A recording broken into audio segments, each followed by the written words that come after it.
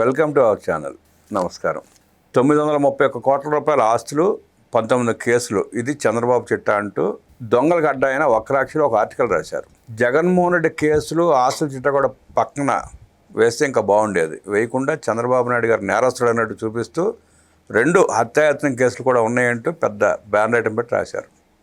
ఆ కేసులు ఏంటి, ఆ వివరాలు ఏంటి, చంద్రబాబు నాయుడు గారి మీద అన్ని కేసులు ఉన్నాయా, జగన్ రెడ్డి వచ్చినాక ఎన్ని పెట్టాడు, గతంలో రాజశేఖర ఎన్ని పెట్టాడు, తెలుసుకునే ప్రయత్నం చేద్దాం. విశ్లేషణ మనతో పాటు ఉన్నారు ప్రముఖ ఆర్థిక, రాజకీయ, సామాజిక విశ్లేషకులు అడుసుమల్లి శ్రీనివాస్ గారు. వారిని అడిగి మన విశేషాలు తెలుసుకుందాం. నమస్తే సార్. నమస్కారం అండి. చంద్రబాబు నాయుడు గారి ఆస్తుల చిట్టా 931 కోట్ల రూపాయలు, కేసులు 19 అంటూ ఆ 19 కేసులో 2 హత్యాయత్నం కేసులు అని చెప్పి రాసుకొచ్చాడు వాళ్ళ. ఆ కేసులు ఏంటి, ఆ వివరాలు ఏంటి సార్?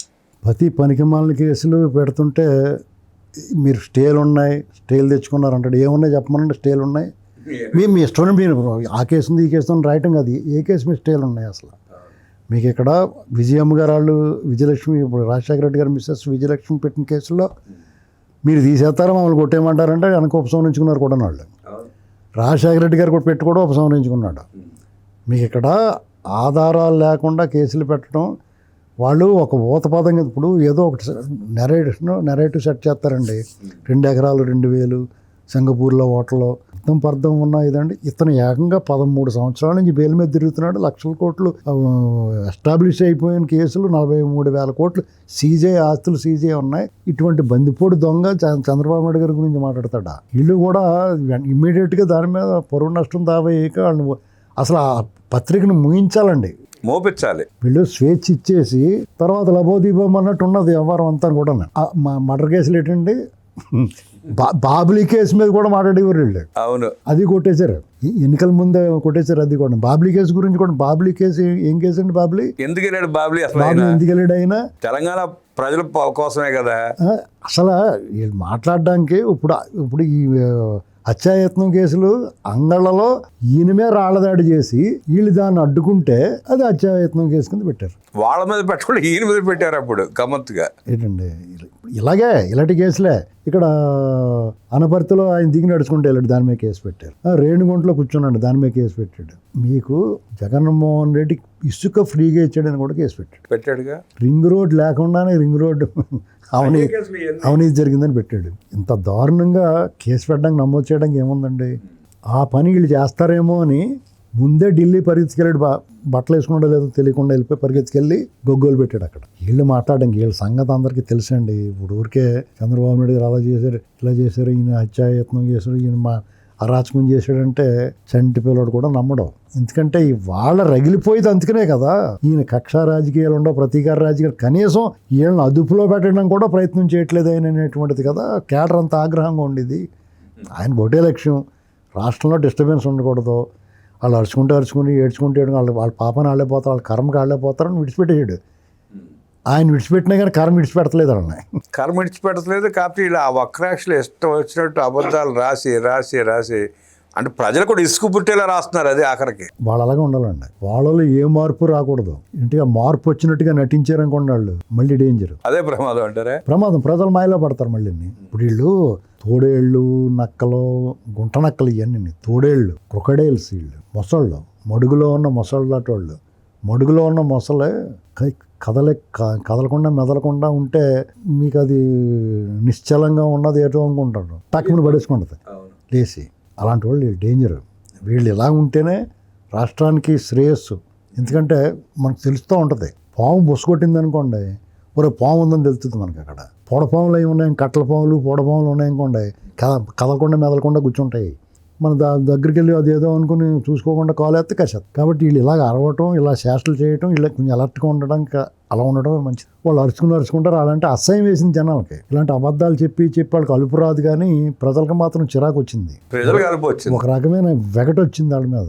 మీకు కోపం వేరు, వెగట రావటం, అసహ్యం వేయటం వేరు. వీళ్ళు వద్దురా బాబు మనకుని తీవ్రమైన నిర్ణయం తీసుకోవడానికి కారణం ఏమైందంటే వీళ్ళు చేష్టలే. కులకరాయి డ్రామాలో, కోడికత్తి డ్రామాలో, ఎదటోళ్ళ మీద బుర్ర చల్లటం, మాట్లాడితే నోరు విప్పితే కులం, ఎవడమ్మా కదిపినా కులమే, ఏ సందర్భం వచ్చినా కులమే.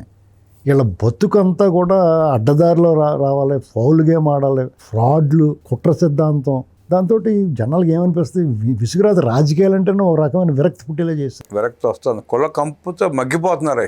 ఓవరాల్గా అందరినీ కలిపి చిచ్చి రాజకీయాలే చండాలం అయిపోయినాయి అంటున్నారు వీళ్ళు. ఎంత మరి ఇప్పుడు లోకేష్ గారు వాళ్ళు ఏదో ఆరోపణలు చేశారు, చాలా స్వాగతించాడు. రా మనతో కూర్చొని మాట్లాడుతూ నీకేం సమాధానం కావాలి చెప్తాను రా మనతో. నెల రోజుల ముందు కూడా అట్టాగే సవాల్ చేశాడు, రాలా పారిపోయాడు. మీకు ఎప్పుడైనా పారిపోతాడండి వాళ్ళ దగ్గర. ఇప్పుడు ఓ మాట అనేసి ఓ రాయి గెరేసేసి పారిపోతాడు. వాళ్ళు ఇప్పుడు వాళ్ళని ఏంటంటే నేను ఒకలా చేస్తే వీళ్ళు కంట్రోల్లో ఉంటారని అనుకుంటున్నానండి. ఒక టీం పనిచేయాలి వీళ్ళ మీద, సపరేట్ టీం ఉండాలి, సెపరేట్గా టీం ఉండాలి. అందులో పొలిటికల్ లీడర్స్ ఉండాలి, అధికారులు ఉండాలి. ఆ టీం ఏం చేయాలంటే వీళ్ళు గతంలో చేసిన నేరాల ఘోరాలు, ప్రస్తుతం చేస్తున్న నేరాల ఘోరాలు, అసత్య ప్రచారాల మీద డ్యాగ కన్ను వేయాలి.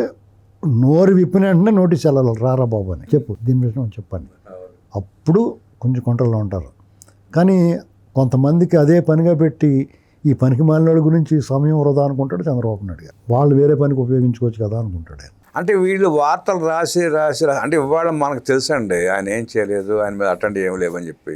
భవిష్యత్తులో ఎన్ని ఆధారాలు అవుతాయిగా? ఏం ఆధారాలు ఎందుకు అవుతాయండి? కేసులు పెట్టకుండా ఖండించకుండా అవన్నీ అట్లా వదిలేస్తూ ఉంటే వాళ్ళు వస్తారని ఏం ఉండవండి. ఎందుకంటే అవన్నీ వాళ్ళు చెప్పిన ఎలా నమ్మితే జనం చంద్రబాబు నాయుడుకి 164 సీట్లు ఎందుకు ఇస్తారు? ఇవాళ నమ్మము, ఇంకో 3 దశాబ్దాలు నమ్మకపోవచ్చు. భవిష్యత్ తరాలకి వీళ్ళ ఆనవాళ్ళు ఉండదు. మీకు ఒక 50 ఏళ్ళు పోయిన తర్వాత పాఠ్యాంశాల్లో ఆంధ్రప్రదేశ్లో నవ్యాంధ్రలో ఒక అరాచకవాది ముఖ్యమంత్రిగా వచ్చాడు, ప్రజలను ఎప్పుడు తినేశారని చెప్పి రాసుకుంటారు. ప్రపంచ ప్రసిద్ధిగాంచిన జగన్మోహన్ రెడ్డి రాస్తారంటారా? తీవ్రమైన నేరాలు చేసేటు ఘోరాలు చేసి కూడా ముఖ్యమంత్రి అయిపోవడం అనేటువంటిది ఇది జరిగింది. ఒక విచిత్రం. ఒక రాష్ట్రానికి గర్వకారణమైన రాజధాని నగర నిర్మాణానికి ఆటంకాలు కల్పించి ఆ నగర నిర్మాణం అనే యాగంలో మాంసం గండాల్లో రక్తం పోసినాడు అని చెప్పేసి చెప్పుకుంటారు. చరిత్ర ఎప్పుడు వదిలేదండి. ఇది ఆంధ్రప్రదేశ్కి నల్ల పేజీలు ఏమో ఉంటే జగన్మోహన్ రెడ్డి. సెకండ్ జగన్మోహన్ రెడ్డిని రాసుకోవడం ఖచ్చితంగా అనుమానం ఏముందండి. అతను ఈ రాష్ట్రానికి పట్టిన చీడ, ఇప్పుడు ప్రతి పంటకి కూడా చీడ పడుతుంది. దానికి పురుగు మందులు కొట్టి దాన్ని వదిలించాలి పంటకైతేనే. మరి మన సమాజానికి పట్టేసిన చీడ తన పీడ. చీడపీడ మామూలుగా ఏంటంటే అది కొడతామని ఈయన ప్రకృతి సేద్యం ప్రకృతి సేద్యం చేస్తానంటాడు ఈయన. దాని అంతా అదే పోవాలనుకుంటాడు. ఆ ప్రజలే నిర్ణయం తీసుకోవాలంటారు. ప్రజలు నిర్ణయం తీసుకున్నారా? ప్రజలు కూడా ఏం వదిలిపెట్టలేదు. మొన్న ఆచూకీ లేకుండా చేశారు, మళ్ళీ సార్ ఆనవాళ్ళు లేకుండా చేస్తారు. నాకు అప్పుడు మళ్ళీ ఎలక్షన్ దాకా కూడా కదా, రేపు లోకల్ బాడీ ఎలక్షన్లోనే ఇప్పుడు మీకు రేపు లోకల్ బాడీలో కూడా వీళ్ళకి ఆనవాళ్ళు లేకుండా చేస్తారు. కానీ అనుమానం లేదు. ఎందుకంటే వీళ్ళ అంశంలో క్రమం తప్పకుండా ఒక్కొక్కడు కలుగులోంచి బయటకు వచ్చి గోతులో పడతా ఉన్నారు. వీళ్ళ నేరాలని ఈ ప్రభుత్వం పట్టించుకోకపోయినా వాళ్ళంతటా వాళ్ళే మళ్ళా తిరిగి నేరం చేసి దొరుకుతూ ఉన్నారు. శిక్ష అయితే తప్పట్లేదు వాళ్ళకి ఏదో రూపంలో. అంటే వాళ్ళ మీద 40 కేసులు ఉన్నాయి కాబట్టి బాబు గారి మీద కూడా 4 కేసులు పెట్టేస్తే అదిగో చంద్రబాబు మీద కూడా కేసులు ఉన్నాయి. అతని ఉద్దేశం అదే. పెద్ద గీత పక్క చిన్న గీత. ఆయన అరెస్ట్ చేయడానికి కారణం కూడా నన్ను జైలుకి వెళ్ళి వచ్చారు అంటున్నారు. అలాగే బాబు గారు కూడా జైలుకి వెళ్ళి వచ్చారు, బెయిల్ మీద ఉన్నాడు అని అనొచ్చని.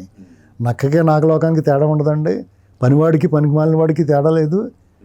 ప్రజలకు అది గమనించలేదా? ప్రజలు గమనించారు కాబట్టే పనివాడిని తెచ్చుకున్నారు, పనికి మాలిన వదిలించుకున్నారు. చంద్రబాబు నాయుడు గారి మీద హత్యాయత్నం కేసు పెట్టిన జగన్మోహన్ రెడ్డి దుర్మార్గాల గురించి విశ్లేషించిన అడ్స్మిల్ గారికి ధన్యవాదాలు తెలియజేస్తూ నమస్కారం.